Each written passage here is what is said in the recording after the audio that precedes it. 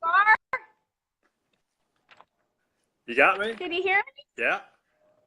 All right, awesome. Thanks for joining us, Bonnie. This is exciting. All right, it's good to be here. I'm a little challenged on the technological end, but I'm here now. So there you go. Great, awesome. I don't know if you heard that I gave a little bio about you, about your racehorse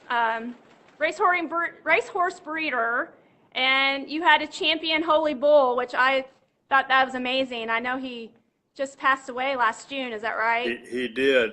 He was born and raised at our farm. We didn't own him, but we had the privilege of Kim foaled him and got to break him and train him and send him on to be Horse of the Year and Champion 3-year-old of 1994. So pretty special horse.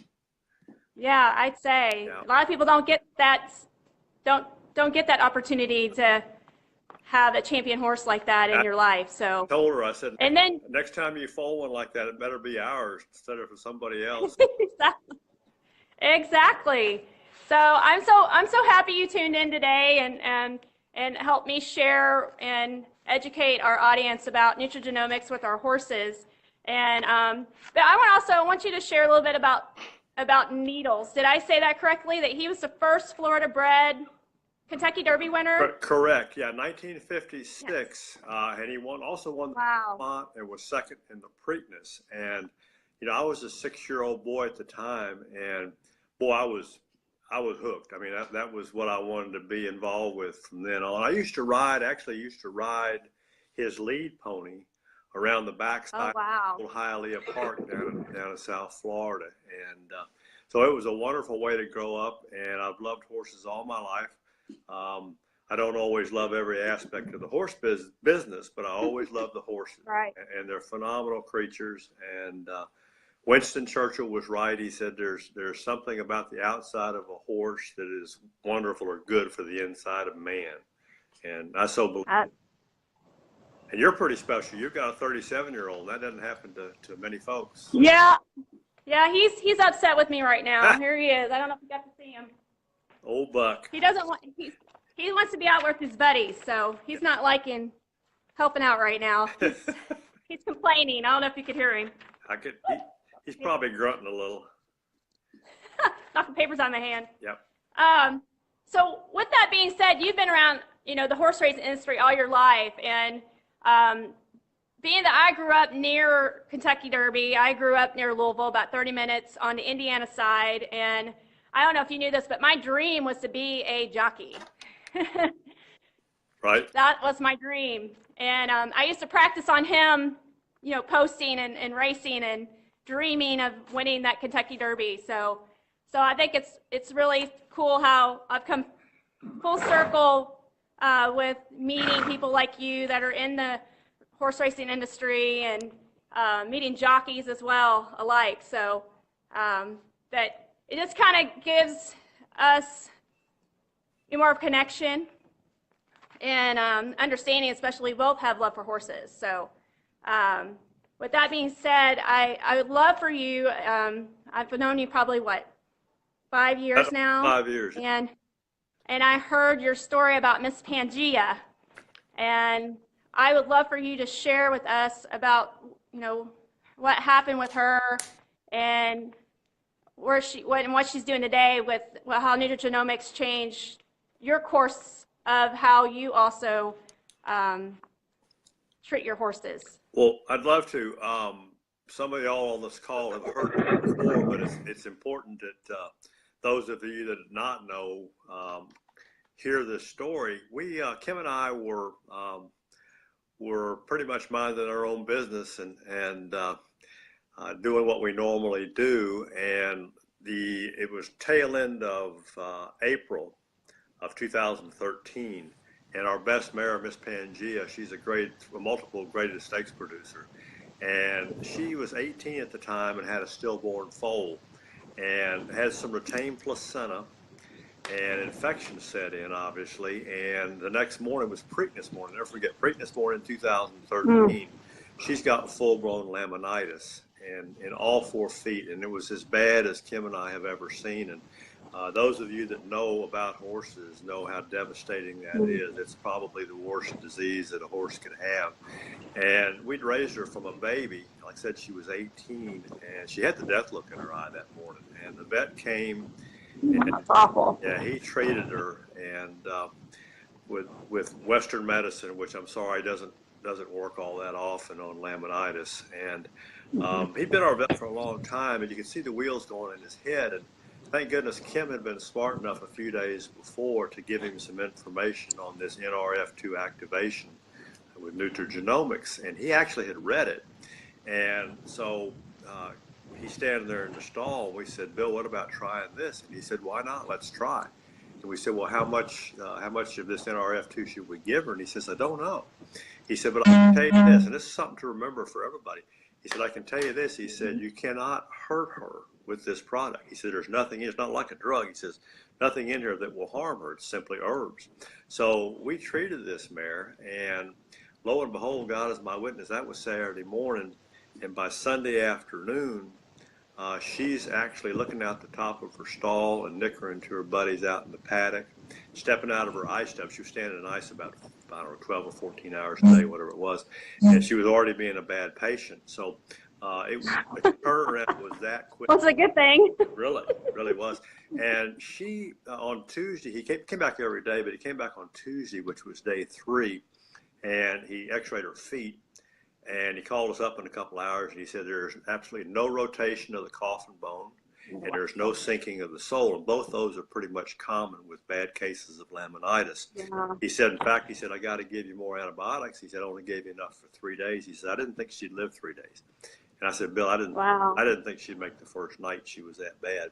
So 3 more days go by, and he comes out and he pulls another blood, and he calls us up in a couple hours after that, and he said, I got another vet close by. He's going to come take the catheter out of her neck. He said her blood work's perfect. And that was 6 days. And like I said, that's amazing. She was 18, and she was so good the following spring that we bred her at 19. And she got in foal on 1 cover, had a baby that year. And she is now 23, and she's getting ready to have her 3rd foal in the last 4 years. And she looks, yay! If you saw a picture, you would say, well, she can't be over 10 or 12 years old. Absolutely. Right. And she's a very smart horse, which helped with the procedure because she knew we were trying to help her through all this. But it's just a neat story, just a really, really neat story. And it convinced Kim and I, we had been involved with this product only about 3 weeks, and we didn't know what we were doing. We were just guessing, and we knew we took it for ourselves, but it works on all mammals. These nutrigenomic products work on all mammals. And so we started experimenting with other things as far as our horses go. I noticed my personal, I've been a lap swimmer for now 36, 37 years, and I noticed that after 45 days, I had 0 recovery time. I got out of the pool in the middle of June and doing 27 laps on a 95-degree day, and Kim looked at me, she says, you know, you're not even breathing hard. I said, you know what, I'm not. I'm not breathing at all, so I have no recovery time. But we use it for non-sweaters, which we get down here in the summertime. We use it on sales yearlings and sales weanlings. And I'll tell you a couple of quick stories on the sale horses. They go to Keeneland to sell, and the first horse we sent that first year was a yearling out of Miss Pangea. And he was of high elusive quality, and he was selling on the 2nd day, big day at Keeneland. And we had him on one pill of this a day. And we went to the stall to see him after the first day of showing and talked to our consignor, and she said, well, he showed 73 times today, which is a bunch, a heck of a lot. They actually go in the stall, put a shank on him, brush him off, pick the feet, bring them out, walk them up and down, and put them back, back in the stall. Sometimes they show it to 3 or 4 people while they're out, but he actually showed to 73 people that day. So we went to the stall, and the little guy's got his head in the corner, and his ears are down, and his hair coat's starting to go flat. He was flat. He was worn out. So we told her to bump him up to 3 of this product, and the next morning he's bright-eyed and bushy-tailed and ready to go, and he sold for $100,000. And wow, he'd have been about that much taller. He probably brought $200,000. He was a really nice couple. Really? Yeah. Doesn't our height make that big of a difference? It can. But he was a sharp. So the longer legs. Yeah. But anyway, so we learned a lesson from that. 2 months later, we had a weanling in it. We don't normally sell weanlings, but this guy was 8 or 9 months old, whatever he was, and he goes to Keeneland, and he's in his first day on the sales grounds. He shows 93 times. And now you think about it. There's a 9-month-old baby that's never been off the farm. Put him on a trailer, ship him to Keeneland, 800 miles up the road. Put him on a sales grounds where there's probably 800 or 1,000 other screaming babies, and you expect him to act normal. Well, this guy did. He was so focused and he was so ready because we had him on 3 pills a day going in. So he showed 93 times first day. So we go to his stall that afternoon. We figure he's passed out in the middle of the stall because he had to be tired. He comes to the No, I would be. Yeah, he comes to the stinking screen with his ears pricked and his eyes bright, and he's ready to go out for 94. He was that plugged in and that not nervous, nothing nervous whatsoever about it. He was just focused and knew that was his job. And it's just like 2-legged kids. You know, you ask them to do something about 4 times in the same day, and you know what you're going to get about the 4th time you ask him. This is going to be 94 for this guy. So I've seen that with him. We old arthritic mare. We had an old 29-year-old mare, not as old as Buck, but she was real arthritic, and put her on here, and within 45 days, she's galloping around the paddock. And what we saw with her, Nicole, which was really neat, was she lived to be 31, but her 31. But that's great. Yeah, her last 2 years was top quality, and you know, one day she just laid down in the field, couldn't get up, and that was that, and was a happy camper. So it raised that quality. It raises quality. Yes. It also raises the quality of our existence in all mammals. So we love Nutrigenomics. We love NRF2 and NRF1 activation. We did experiment a little bit with the NRF1 activation with an old, I think she was 24, 25-year-old mare that has COPD. And we had her on some drugs that we were having to use, and we were able to wean her off those almost entirely by use of the NRF1. So wonderful product. That's and what great. That does, that takes care of the mitochondria. It improves the health of the mitochondria that she has, and when they duplicate, mitochondria duplicate.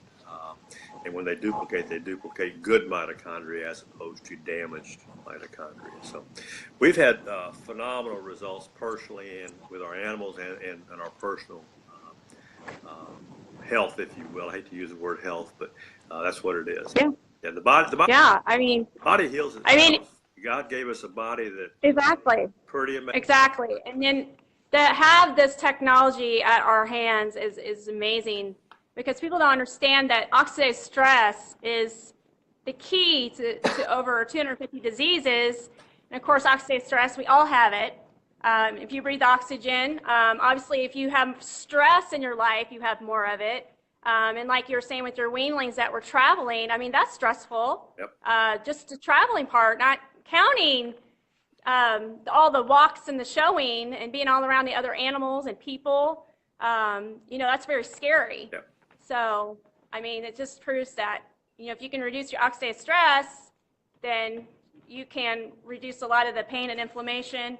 I don't know if you see, this is what I have right now. He wants me to scratch his butt. Is that Buck's butt? I love it. He likes his butt scratched. He's been bumping me for the last 10 minutes. He can scratch his butt. I thought he was going to back over me. Yep. But he went on the David Letterman show for this stupid pet trick. At 37, he deserves that. Yes, yes, he does. So, well, I think that's amazing, and thank you for sharing those stories, because I just don't think a lot of people understand, you know, it's about quality of life. We're not trying to, I mean, it's nice when you can get horses, especially like my 37-year-old, and I started him on the Nutrigenomics over 6 years ago, and he was hypothyroid and had a severe heart murmur, 4 out of 6. So my vet, pretty much, holistic vet, said, you know, one day his heart's just going to give out on him. Right. Before anything else. And with amazement, and honestly, I only started it because I wanted quality of life, because I knew it would make him feel better because it reduced that inflammation in his body. But look what I got, and you know, I got quantity too. I mean, that was not something I thought I would get with this new technology. So, I mean, I just don't think people I mean, this is up and coming. It's really new. Mostly integrated veterinarians know about it. I mean, have you come across any veterinarians that, other than the ones you've already knew already, that are educated? We have, and it's a process. It's kind of like doctors. It's a process, and it's foreign to them. And they spend so little time on nutrition in school, or doctors or vets, True. That it's kind of a learning curve. So scratch that boy. So, but also remember that there is a study by the National Institute of Aging, which is part of the National Institute of Health, that shows that this NRF2 activation that we're talking about increases life 7% in males, and I believe it's 3% in females. So you girls don't get as much help as we guys get, but we need more help. We live longer anyway. That's the deal. But hey, that's we got to take care of you. That's right. But that's pretty solid research when you start getting it from all the universities and the National Institute of Aging and places like that, American Heart Institute, and all those things. Yep. So this is the real deal, and it's so simple. It is so stinking simple that a lot of people miss it. So, and the other thing I'll mention, since you're talking about research, I've done a lot of research on PubMed.gov.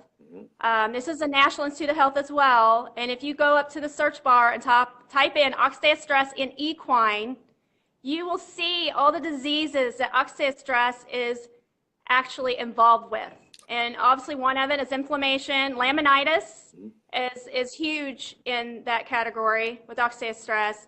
COPD, and I also have a pony that we're treating here at my farm with COPD and has been off all steroids with this product. She has not had to take any more of that, which, long-term use of steroids causes complications and side effects. So she's been amazing. So do your own research, people. I mean, it's out there. You don't have to listen to what we say, even though you have a top person right here in the industry telling you this. You can also go, I learned this from Dr. Lee Seward, good friend and a confidant and a wonderful veterinarian. Lee said, go to Google Scholar. He said, don't go to Google. Google's what Google is, but he said, go to Google Scholar and put in oxidative stress in equine. And there may be even more studies over there. So anyway. That's right. Yeah, very good. That's right. Right, thank you. So all you horse lovers out there, drop an emoji. Let us know that you've got some horses out there. Because I want to thank Bonnie for sharing his time and his day in sunny Florida, warm Florida. It's 53 here in Indiana. So, I guess I had some takeaways, but I lost my paper here. But yeah, just if you got value. Good luck. He's taking over.